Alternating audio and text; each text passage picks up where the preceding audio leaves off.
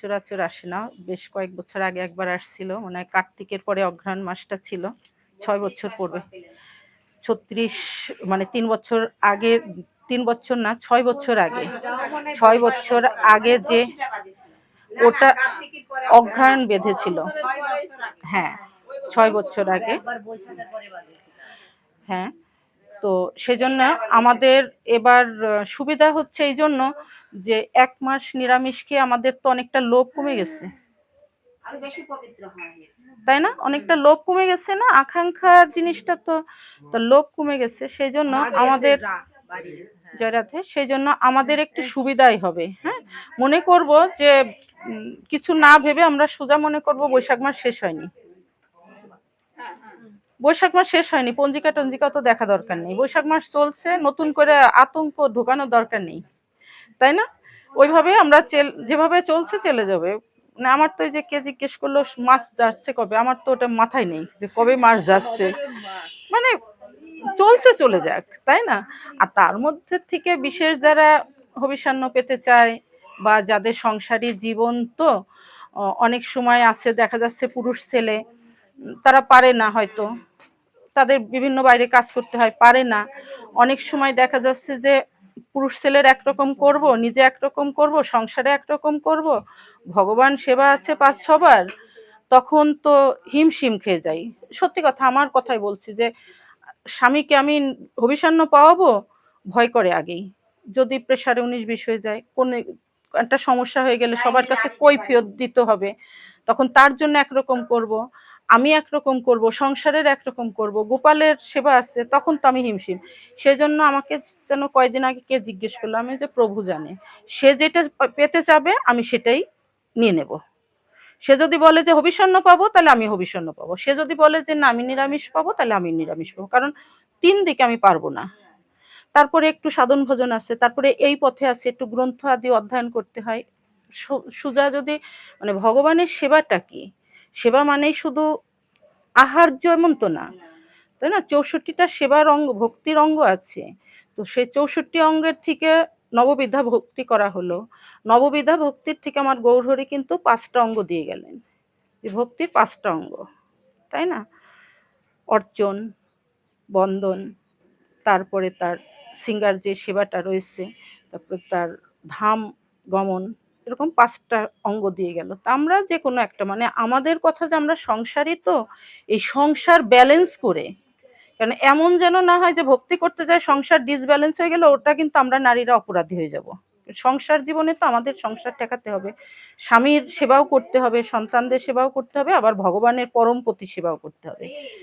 এই জন্য তাদেরকে বুঝাইয়ে যতটা পারি, সন্তান বা স্বামী সবাইকে বুঝিয়ে যতটা পারি আমরা ততটুকু করব। পুরুষোত্তম মাস আসছে, আমরা নামটাও পুরুষোত্তম, তো অনেক শ্রেষ্ঠ। আমরা ওই মাসে আরো অনেক সঙ্গ করার চেষ্টা করবো। আর এখানে যারা আছে সবাই শ্রদ্ধালু, মানে নতুন খুব একটা নাই। হ্যাঁ, এই জন্য এদের কাছে আর বেশি কিছু বলার দরকার নেই। আর বলবো সামনের মাসেও তো আমরা এরকম সঙ্গ পাবো, বলবো। তো মাতাজি বারবার ভক্তির কথা বলছিলেন। ভক্তি বলেই ভগবান পাওয়া যায়, কারণ ভক্তি যদি না থাকে ভগবান সামনে থাকলেও পাওয়া যায় না। দুর্যোধন বহুবার ভগবানকে দেখেছে না, একসঙ্গে কাছে থেকেছে, করেছে, কিন্তু তাকে একটু সেবা দিতে পারলো না। ৬৪ ব্যঞ্জন রান্না করেও কিন্তু তার সেবা দিতে পারলো না, কলার খোসা খাওয়ার জন্য বিদুরিনীর কাছে চলে গেল। তাহলে ভক্তিই ভগবান, তাই না? সেদিন আমি ভগবান নামের ব্যাখ্যা করেছিলাম এক জায়গায়, যে ভগবান ভগবান ভগবান আসলে কি গেল। তো যেহেতু আমি অত দূরেও যাব না, সময়ও কম দেওয়া হয়েছে, যে এই যে ভক্তির জোরেই ভগবান পাওয়া যায়, আমি এর উপরে একটা ভাগবত, যেহেতু আমার সাধারণত সবারই একটা মানে দৃষ্টি বা আকাঙ্ক্ষা যে আমি ভাগবত থেকে কথা বলি, এক একটা মানুষের এক একটা থাকে, কাঙ্ক্ষিত থাকে। তো ভাগবত হচ্ছে সনাতন গোস্বামী ভাগবতের ব্যাখ্যা দিতে, মানে ভাগবতের স্বরূপ দিতে, যে সেদিন কে ছিলই মাতাজি ছিল শুধু না, কিন্তু কথাগুলো তো আমার মোবাইলে আসেনি, আসলে খুব ভালো হতো, তাই না মাতাজি? আমি কারণ শিকড়, হ্যাঁ, কারণ কি বলছিলাম যে হরিণাকুণ্ড হলো আমার নিজের জায়গা, ওই কি ফুলহরি আমার শ্বশুরের জন্মভিটা ওখানে, তার মানে ওই জায়গায় প্রকৃতপক্ষে আমার স্থায়ী ঠিকানা। এই জন্য ভাগবতের স্থায়িত্ব নিয়েই আমি কথা বলছিলাম, ওটা আমার উদ্দেশ্য ছিল। তো যাই হোক, সেটা গেল। তা সনাতন গোস্বামী এই ভাগবতের স্বরূপ বলতে চাই বলছিলেন যে শ্রীকৃষ্ণ পরিবর্তিত, মানে শ্রীকৃষ্ণ পরিবর্তন হয়েই এই শব্দ ব্রহ্মরূপে ভাগবত আসছেন। মানে এই ভাগবত আর ভগবান আলাদা কিচ্ছু না, যেমন রাধারানী আর গোবিন্দ আলাদা কিচ্ছু না, ভাগবত আর ভগবান আলাদা কিচ্ছু না। কৃষ্ণেরই পরিবর্তিত রূপ হচ্ছে ভাগবত। কোন রূপে আছে? এখানে শব্দ ব্রহ্ম রূপে আছে।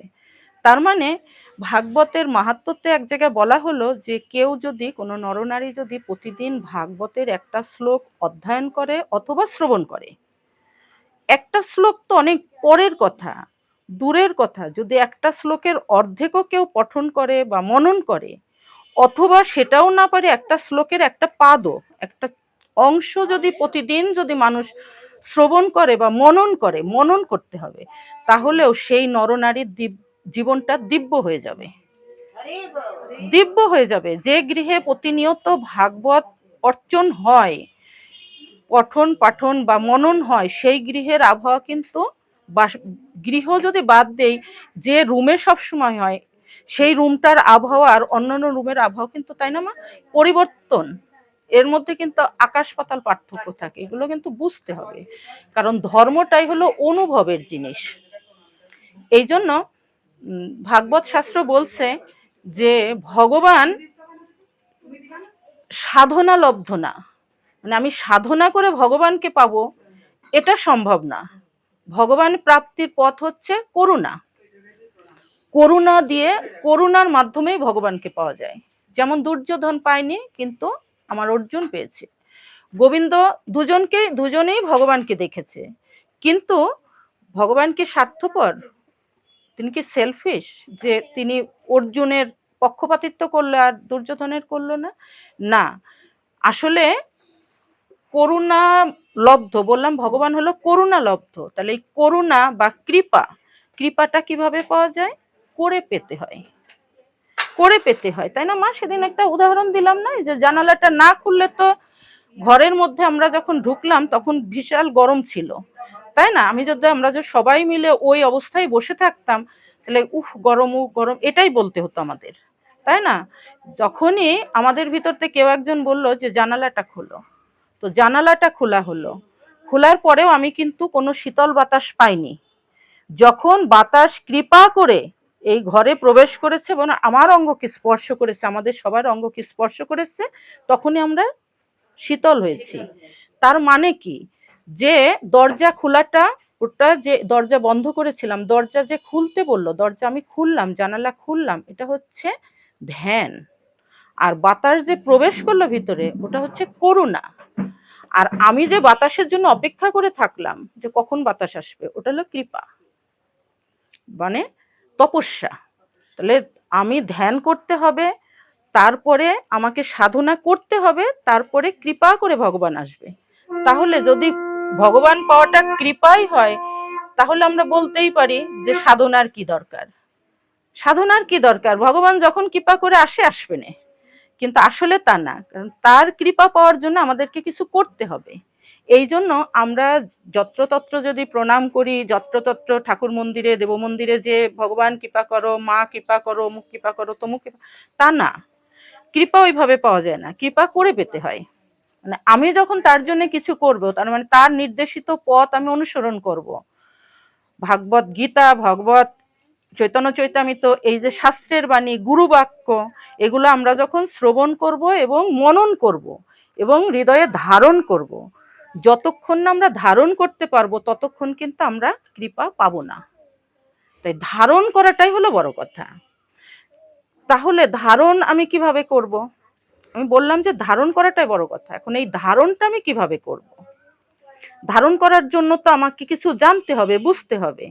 তো এই যে আমরা ভগবত গীতা বা ভাগবত থেকে আমরা যে লীলাগুলো শ্রবণ করি, ওই লীলাগুলো আমি ইতিপূর্বেও অনেকবার বলেছি যে ওই লীলাগুলোর অংশ বিশেষ আমরা যদি মনন করি বা দর্শন করার চেষ্টা করি, যখন একটা লীলা শ্রবণ করছি, যখন আমরা একটা লীলা শ্রবণ করছি, ওই হচ্ছে জীব গোস্বামীর আলোচনা কে করলেন মদন মোহনে?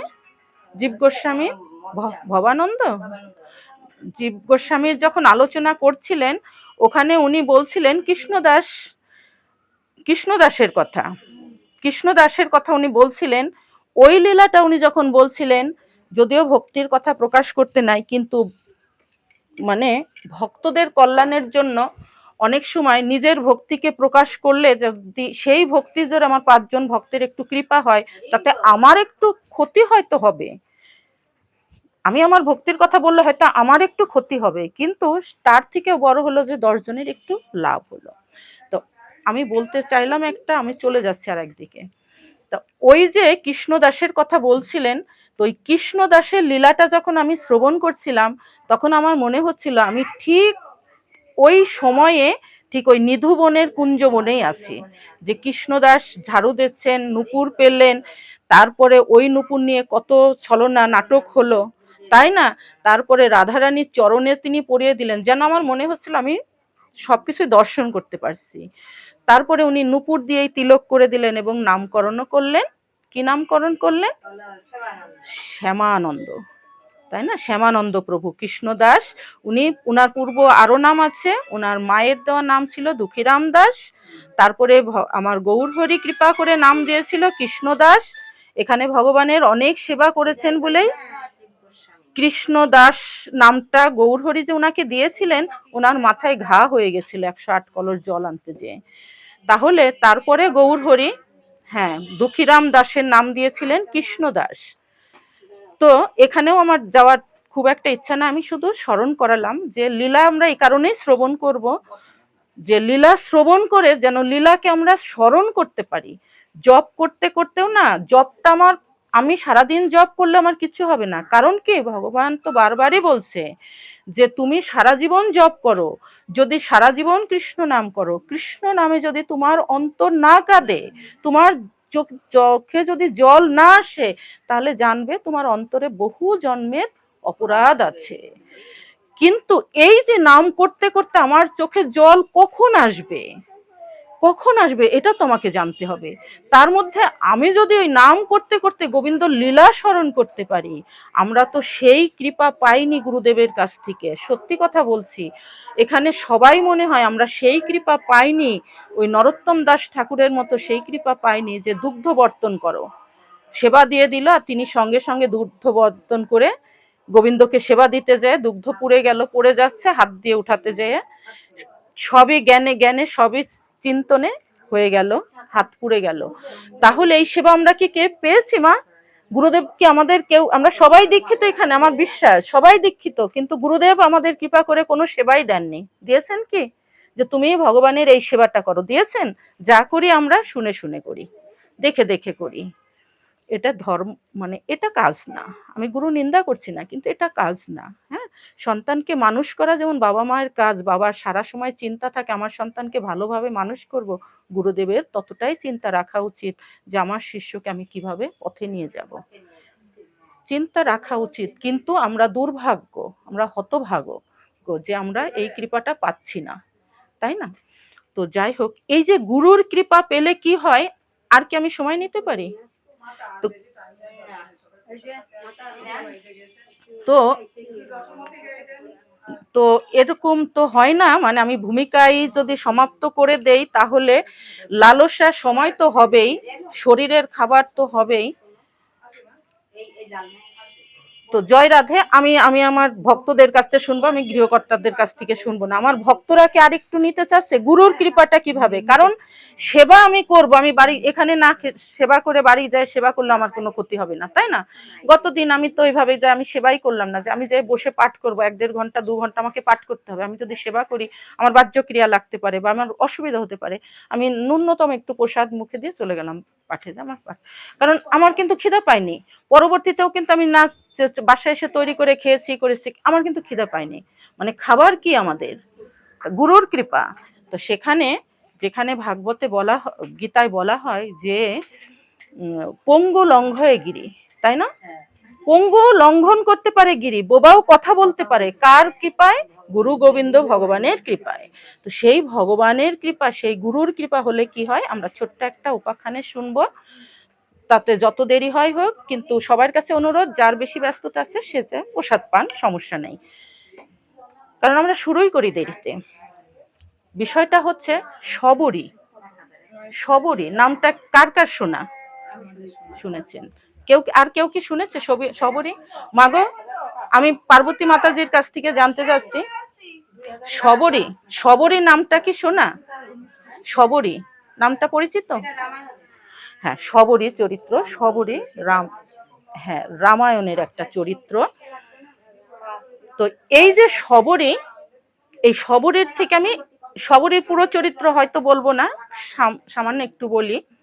তো ভগবান গুরুর কৃপা, মানে মায়ের পাঠ শুনতে শুনতে আমার শবরীর কথাটাই আসলো, কিন্তু আমি অনেকটা সময় আগে নিয়ে নিলাম আবার। তো ভগবান কৃপা করে, রাধারানী কৃপা করে যা বলাই তাই তো বলতে হয়। আমি বলি যে ভাগবত এমন না যে আমি মুখস্থ করে রেখেছি আমি বলবো, ওটা হয় না, এসে যায়, হয় না। তো এই যে শবরীর মানে গুরুর কৃপা এমনই ছিল, গুরুর কৃপা এমনই ছিল, উনি ছিলেন একদম নিচু কুলের, মানে ডোম, চণ্ডাল, ডোম এই ধরনের বংশজাত একজন কন্যা ছিলেন উনি। কিন্তু উনি ভগবান সাক্ষাৎ ভগবান রামচন্দ্রের কৃপা পেলেন, যেটা সত্য যুগে এবং দাপর যুগে কিন্তু এই শূদ্রদের কোনো ভগবান ভজনের কোনো বিধান ছিল না। ওই যুগে, এই যুগে তো গৌরহরি আমাদের কৃপা করে, জয় রাধে, কেমন পরিবেশটা অন্যরকম হয়ে গেছে, মানে আমার কথা এলোমেলো হয়ে যাচ্ছে। তো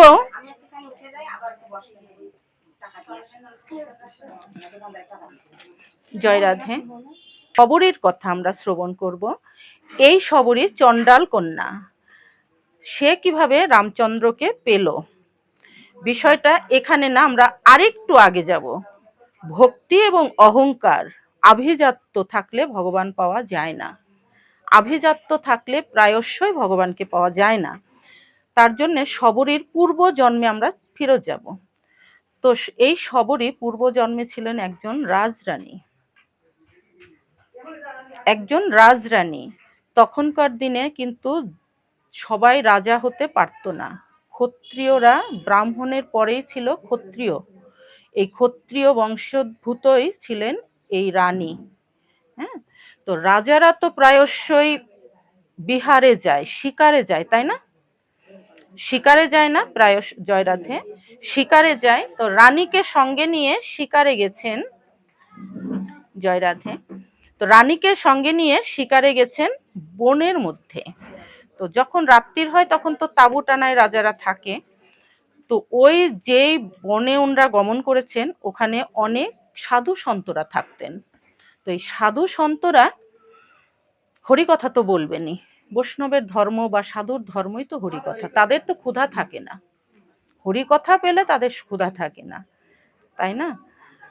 আমার রায় রামানন্দর সাথে আমার গৌরহরি যখন হরিকথা বলছিল, তখন কোথায় অপরাহ্ন হয়ে রাত্রি গড়াই গেছে, তারপরে ভিত্তে এসে বললে প্রভু প্রসাদ পাবেন না।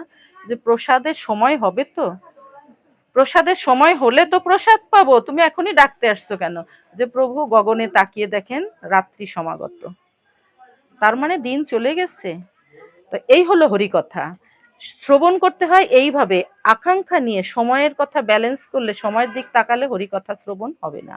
পরীক্ষিত শ্রবণ করেছিলেন মাত্র 7 দিন, তাই না? আমরা দিনের পর দিন শ্রবণ করছি, তার মানে শ্রবণে আমাদের মনোনিবেশ নেই।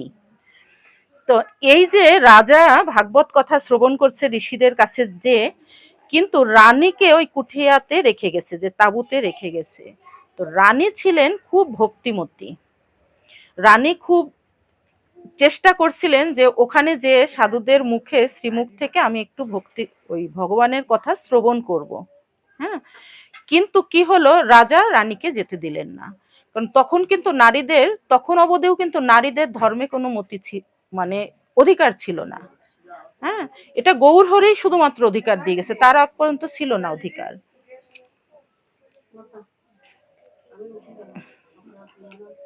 জয় রাধে।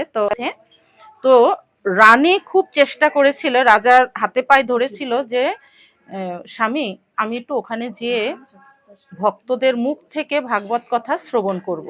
হ্যাঁ, ভক্তদের মুখ থেকে শ্রবণ করা কিন্তু, এই যে এখানে যদি ভক্তদের গায়ের বাতাস থাকে, এখানে একটা আলাদাই থাকে, আমরা সেটা মোবাইলে শ্রবণ করতে পারি, অন্যের মুখে শ্রবণ করতে পারি, কিন্তু ভক্তের মুখে শ্রবণ করার একটা আলাদা গুণ অবশ্যই থাকে। তার মানে এটা না যে মোবাইলে শ্রবণ করলে জ্ঞান বাড়বে, কিন্তু সেই ভক্তিটা আসার জন্য আমাকে স্থানে বসেই শুনতে হবে, শ্রদ্ধালু মন নিয়ে।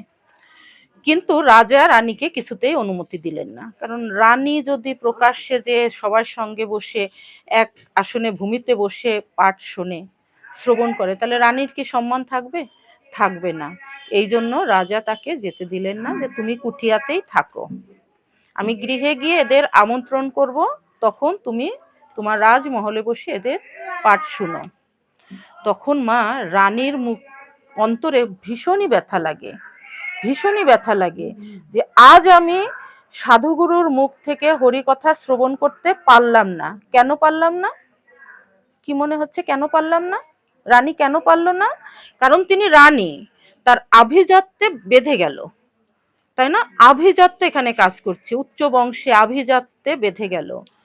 তাই তিনি ওই দোরে বসেই ভগবানের কাছে তখন প্রার্থনা করতে থাকেন, হা গোবিন্দ, অনাদি আদি গোবিন্দ, তুমি কোথায় আছো? তুমি আমাকে এমন কৃপা করো যেন পরের জন্মে আর কখনো আমি কোনো উচ্চ কুলে জন্মগ্রহণ না করি, আমি যেন আর কোনো রাজরানী না হই। এভাবে প্রার্থনা করতে লাগলেন, এবং তুমি আমাকে এত নিচু কুলে জন্ম দাও যেখানে যে কুলের থেকে আমি সব জায়গায় যেতে পারবো। তুমি আমাকে এত রূপ যৌবন এতটা নোংরা করে দাও যেন কেউ আমার দিকে ফিরেও না তাকায়।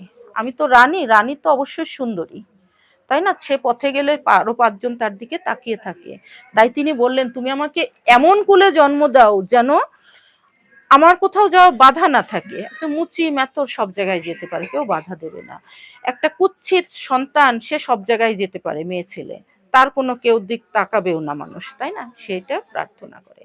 আর ভগবান যেন ওই দিন তার ইচ্ছাটা মঞ্জুর করেছিলেন। এই রানী পরবর্তীতে জন্ম নিলেন এই চণ্ডাল কুলে, একদম নিচু কুলে। কুকুর থেকে অধম বলা হয় চণ্ডালদেরকে। হ্যাঁ, হিন্দু সমাজে চণ্ডালদেরকে সর্বনিম্ন ঘাতে দেখা হতো। এখন তো আচণ্ডালে প্রেম বিতরণ হয়ে গেছে, এখন আর ওটা নাই। এখন ব্রাহ্মণ বৈষ্ণব সবাই এক আসনে বসে প্রসাদ খাচ্ছে, এখন কিন্তু জাতিভেদ নেই। আমার নিতাই চাঁদের কৃপা এটা, তাই না? মানুষ হিসাবে আমরা সবাই সমান। চণ্ডালের প্রয়োজন আছে না? কে মরা পুরাতো? একজন মুচি মেথরের প্রয়োজন আছে না? কে আমার বাথরুমটা পরিষ্কার করে দেবে? সমাজে তাদের তাদের গুরুত্ব কিন্তু আমাদের থেকে অনেক বেশি হওয়া উচিত, তাদের সম্মান আমাদের থেকে অনেক বেশি হওয়া উচিত। কিন্তু আমরা দুর্ভাগা জাতি, আমরা তাদের সম্মান করতে জানি না, তাই না? বলা হয় ভগবানের চরণ থেকে নাকি ওই ডোমের জন্ম, মুচি মেথরের জন্ম হয়। তাহলে ভগবানের চরণ থেকে তাদের যদি জন্ম হয় মানলাম, আর মুখমণ্ডল থেকে ব্রাহ্মণের জন্ম, হস্ত থেকে ক্ষত্রিয়র জন্ম, তাহলে আমার যদি চরণই না থাকে তাহলে আমি যাব কোথার থেকে? তাহলে তো ওই মুচি মেথর ডোম তারা তো চরণ সমতুল্য, চরণ সমতুল্য। তা আমার যদি ভগবান দুটো চরণই বাদ দিয়ে দিত, না দিত, তাহলে আমি এখানে আসতে পারতাম? তাহলে চরণের মূল্য আছে না? তাহলে ওই মুচি মেথর ডোমদেরকে আমাদের সম্মান করতে হবে। আমরা এখনো যে মুচি মেথর বা কোনো ছোট জাতি দেখলে এ কি অবস্থা, এ কি অবস্থা, এই চরণের কত মূল্য। জয় রাধে, কি অবস্থা। হ্যাঁ, তো তাদেরকে আমার সম্মান করতে হবে, ওই মুচি মেথরকে সম্মান করতে হবে। তো এই চণ্ডাল কুলে, জয় রাধে, পাঠের সময় কথা না, জয় রাধে, জয় রাধে, জয় রাধে, রাধা মাধব। আমার শ্রবণ করো, তাতেই মঙ্গল হবে। কারণ এখানে আমাদের কিছু পাওয়ার আশায় আমরা বসেছি। আমি অনেক সময় বলি ভাগবতটা অনেকটা ব্যবসা। ব্যবসা কেমন ব্যবসা? আমরা এখানে কিন্তু ব্যবসা করতে আসছি, এখানে আমরা কিছু নিতে আসছি, আমরা যেটা বিনামূল্যে নিতে আসছি। আমরা যদি নিতে পারি আমাদের অর্থ লাগবে না, বিনামূল্যে নিতে আসছি, এটা ব্যবসা করতে আসছি, অথবা ভিক্ষা করতে আসছি, যেটাই বলো না কেন, এটা আমার মত। হয় হাত পেতে ভিক্ষা করতে আসছে, নয়তো দুটো পয়সা দিয়ে কিনতে আসছি। আমার যে সামর্থ্য, আমার সামর্থ্য নয়, আমি ভিক্ষা করতে আসছি, আঁচল পেতে ভিক্ষা করতে আসছি। তো জয় রাধে। এখন এই যে চণ্ডাল গৃহে ওই রানী জন্ম নিল, তো জন্ম থেকেই সে একটু ভাগবতের ধর্মের দিকে তার অনুরাগটা বেশি। কিন্তু কারো কাছে যাওয়ার অধিকার কি তার আছে? কোনো গুরুর কাছে যাওয়ার অধিকার নেই, কারণ তখন তো চণ্ডালদের শূদ্রদের কোনো অধিকার ছিল না ধর্মের পথে আসার। এর বাবা কিছুদিন পরে মারা যায়, এই চণ্ডালিনীর বাবা কিছুদিন পরে মারা যায়। তো একটা উপযুক্ত সন্তান, কন্যা সন্তান বিবাহ দিল না, বাবা মারা গেল, সে কোথায় যাবে? উনি তখন কি করলো, তার আগে বলি এই ত্রেতা যুগের কথা বলছি, তো তখন মানুষের আয়ু ছিল 10,000 বছর, তারপরে 1,000 বছর, এখন 100 বছর, তখন আয়ু ছিল 10,000 বছর। তো যৌবনা একটা মেয়ে, দেখতে শুনতে সুন্দর না, উনি তখন কি করলেন, উনি একটা তপবনে প্রবেশ করলেন। কিন্তু উনি যখনই তপবনে প্রবেশ করেছে, অন্যান্য যারা সাধু সন্ত তপস্বী তারা কেউ ওর ছায়াও পাড়ায় না এবং ওকে দূর দূর করে তাড়িয়ে দেয়। তো ওই তপবনে সবাই তো তপস্যা করে, উনিও একটা বৃক্ষতলে বসে শুধু ভগবানকে আহ্বান করে, তুমি আমাকে কৃপা করো, তুমি আমাকে কৃপা করো, সবাই আমাকে ঘৃণা করতে পারে কিন্তু আমি জানি তুমি আমাকে ঘৃণা করবে না। তো এরকম করে। আর ওখানেই একজন গুরুদেব ছিলেন, উনার কুঠিয়াটা উনি ঝাড় দিতেন। ওই কুঠিয়াটা ভোরবেলায় যখন গুরুদেব বাহ্যক্রিয়া করতে যেতেন, ওই সুযোগে ওই গুরুদেবের আশপাশগুলো ঝাড় দিয়ে পরিষ্কার পরিচ্ছন্ন করে দিতেন। আর গুরুদেব আসছে এই শব্দেই উনি দূরে সরে যেতেন, কারণ উনার ছায়াটা যেন গুরুদেবের চরণে না পড়ে, তাহলে গুরুদেব অশুদ্ধ হয়ে যাবে। তো এইভাবে সবরই অনেক দিন ওই গুরুদেবের সেবা করতে থাকে। তো একদিন, 2 দিন, 3 দিন, প্রেম তো আসবেই, মানুষের ভিতরে প্রেম তো আসবেই, কারণ প্রেমটা কিন্তু আমাদের সহজাত বস্তু। এই যে ভগবানের সেবা করা, এটা কিন্তু প্রকৃত অর্থে আমাদের সহজাত বস্তু, কিন্তু চাপা পড়ে গেছে ওই আলমারিতে জিনিস রাখার মতো, মানে রাখতে রাখতে রাখতে রাখতে প্রয়োজনীয় জিনিসটা ভিতরে পড়ে গেছে, তখন আর খুঁজে পাচ্ছি না। তো ভগবান প্রেম, ভগবানের সেবা করা, এটা আমাদের সহজাত প্রবৃত্তি। কারণ আমরা, আমি সেদিন বললাম যে আমরা অমৃতস্য সন্তান, আমরা আনন্দ ধাম থেকে আসছি, আমরা অমৃতের সন্তান, ভগবানের অংশ। আমরা আমরা দুঃখের থেকে আসিনি, কেন আমরা দুঃখ পাবো? কেন ভগবানের সেবা আমরা করতে পারবো না? কারণ আমরা তো সেবা করার জন্যই আসছি, সেবা গুণ নিয়েই আমাদের জন্ম। কিন্তু ওই যে লোভ, লালসা, এইসব আমার এই আলমারি দেহরূপ এই ভান্ডে রাখতে রাখতে না সেই গুণটা ভিতরে পড়ে গেছে, আর আমি খুঁজে পাচ্ছি না। ওই খোঁজার জন্য শ্রী গুরুদেবের দরকার, আর খোঁজার জন্য এই যে বৈশাখ মাস, জ্যৈষ্ঠী মাস, ভগবানের ছাড়ের মাসগুলো দরকার, যে একটু সরুক ওই আবর্জনাগুলো, একটু সরতে সরতে আমার জিনিসটা যখনই সামনে আসবে না, তখনই আলোর মতো প্রজ্বলিত হবে, আমরা পেয়ে যাব। তো ওই সবরই ইতোমধ্যেই কি হলো, আমি একটু সংক্ষিপ্ত ভাবে সারি। ওই গুরুদেব মানে প্রায় শেষ সময় এসে গেছে, তখন ওই গুরুদেব ওই শবরীর ছায়া পাড়াতো না, কিন্তু শবরীকে খুব ভালোবাসতো। গুরু ভক্তিতে তার খুব শিষ্যর উপর খুব মানে কৃপা এসে গেছিল। তখন ওই গুরুদেব দেহ রাখবেন তার আগে শবরীকে ওই আশ্রমের দায়িত্বটা দিয়ে যান, যে তুই এই আশ্রমে থাকবি, আমার অবর্তমানে এই আশ্রম তোর হবে। যে গুরুদেব, এই আশ্রমে থেকে আমি করব কি? যে তোর কোনো কাজ নেই, কারণ সেবার অধিকার তো আমার নেই, আমি তো চণ্ডাল, ভগবানের আরাধনা করব, সেবা করব, এই অধিকার তো আমার নেই। তখন বলছিল যে তুই অপেক্ষা করে থাকবি, যেমন প্রথমে বললাম না জানালা খুলে অপেক্ষা করতে হবে, তো বলছিল যে তুই অপেক্ষা করে থাকবি। কি অপেক্ষা করব? যে তুই অপেক্ষা করে থাকবি ভগবান রামচন্দ্র তোর সঙ্গে এসে দেখা করবে, তুই ভগবান রামচন্দ্রের জন্য অপেক্ষা করে থাকবি। আর তিনি একদিন, আমি কথা দিচ্ছি, তিনি একদিন এই আশ্রমে এসে তোর সঙ্গে দেখা করবে, গুরুবাক্য সঙ্গে দেখা করবে। তো গুরুদেব এই কথাটা বলেই উনি দেহ রাখলেন। তো এর পরের থেকেই সবরই শুরু হলো অপেক্ষা। প্রায় 90 বছর বয়সের থেকে এই অপেক্ষাটা শুরু করে, তখন আগেই মাথায় রাখতে হবে তখন আয়ু ছিল 10,000 বছর। 90 বছর বয়সের থেকে অপেক্ষাটা শুরু হয়, তার আগ পর্যন্ত কিন্তু ওই গুরু সেবাটাই তিনি করে গেলেন। ওই প্রায় 80-90 বছর বয়স পর্যন্ত তিনি গুরু সেবাই করেছেন। গুরুদেব কিন্তু দীক্ষাও দেননি তাকে, কারণ দীক্ষা দেওয়া যাবে না তো, তাকে দীক্ষার যোগ্যতা তার নেই, সে যে চণ্ডাল। তখন ওই শবরী কি করতেন, রামচন্দ্রের জন্য অপেক্ষা করতেন। রামচন্দ্রের জন্য উনি গাছের থেকে প্রতিদিন ওই কুঠিয়াটা ঝাড় দিতেন, ফুল তুলতেন, ফুল তুললে উনি